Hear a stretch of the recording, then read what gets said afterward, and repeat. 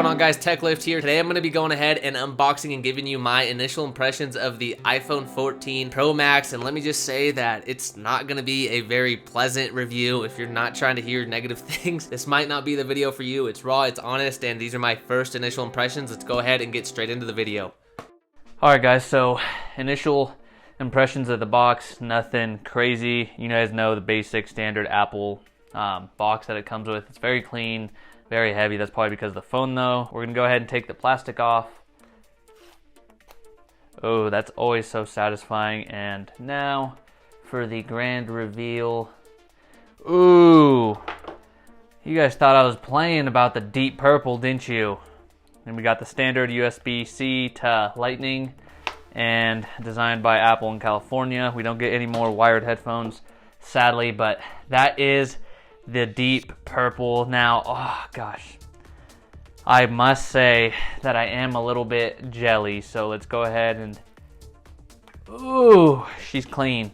She is clean. Look at that. Here's the notch. I don't know if you guys can see it, but it's pretty freaking big. That's the dynamic island that's going on here, but just look how clean this iPhone is. Like on the side, you can still tell that it's that deep purple, even though it's like super chrome. And then, oh, look how crispy this looks, guys. This is freaking clean. Now, I'm not gonna lie to you guys.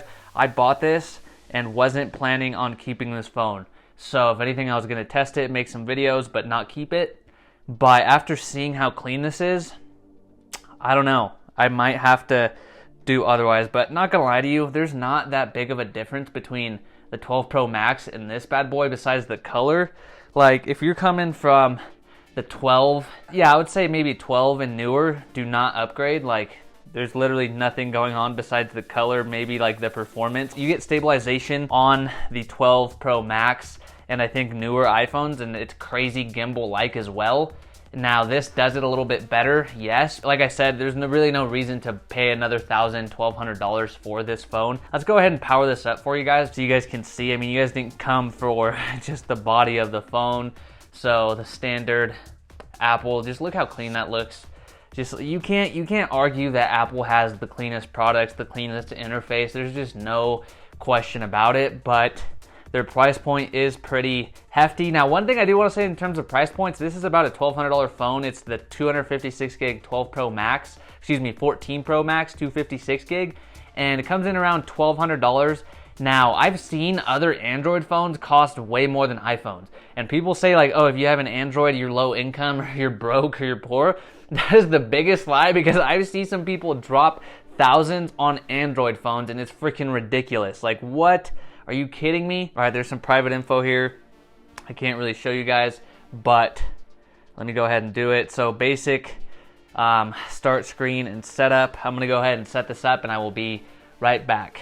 All right, guys, so here is the iPhone itself. So let me go ahead and punch in this generic code. Honestly, it's not too crazy of a difference. Again, I'm really showing off that color, but good luck with the fingerprints on this bad boy. I feel like it's gonna hold them pretty good. I just want to show you that dynamic island real quick that everyone, I'm sure you guys have seen on everyone's channel, but I gotta do it too.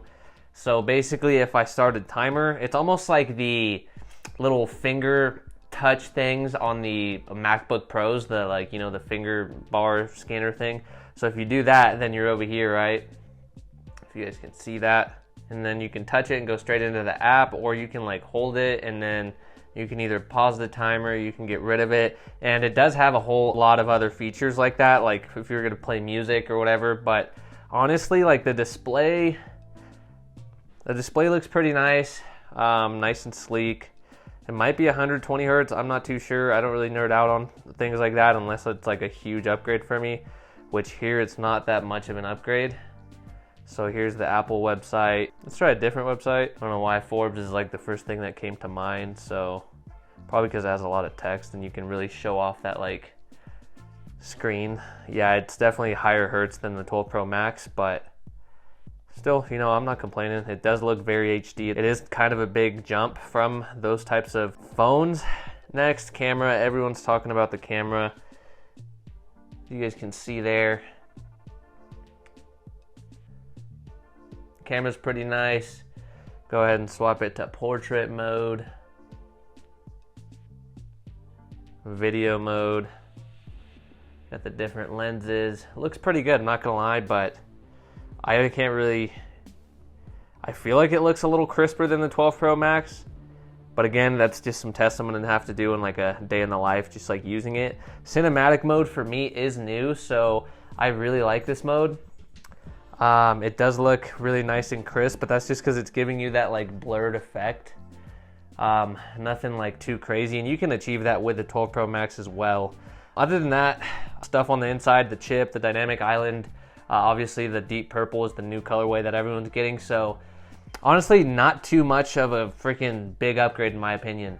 Alright guys, so jumping into a quick little comparison, initial impressions. This is the 12 Pro Max back, this is the 14 Pro Max back. Honestly, the bodies, they feel the same, they look the same. The cameras do look slightly bigger, but that just might be me on this bad boy compared to this. But the refresh rate, obviously on the 14 Pro Max, is a little bit better. The screen, obviously the dynamic island, but to be honest, let's just go ahead and get into the first initial impressions, like first hour with this thing. Should you upgrade? Honestly, not really. Like, kings and queens out there, save your money. Go take your lady out to dinner, go buy yourself some fresh workout clothes, because this thing's definitely not gonna get you any chicks. Dropping $1,200 for not even that big of an upgrade. And this is just like a regular consumer's point of view. You guys can argue with me in the comments. I'll be glad to debate with you guys. Let's start up some chatter, because honestly, it's not worth the trade. It's not worth the extra $1,200. I had an upgrade and it was literally $600 for this phone, and I have to give back my old phone. I'm not gonna go ahead and do that. Literally, if you're upgrading from the 8 to maybe the 10, yes, it's 100% worth it. Upgrade. It's going to be a big upgrade. You're going to love it. If you're upgrading from maybe the 11 or 12, not worth it. I know for the 12, it sure as heck ain't worth it. The 11, probably not either.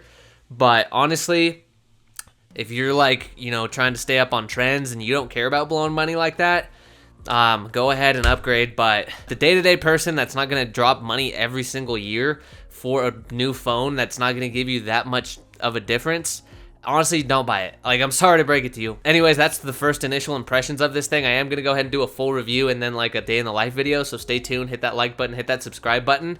But so far, the impressions, I'm honestly not too impressed. And yeah, guys, that's going to go ahead and do it for this video. I know it's kind of controversial, but just my initial impressions of this thing. Thumbs down other than the color.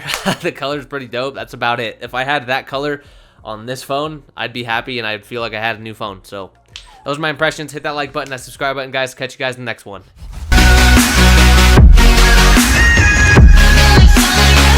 Bye.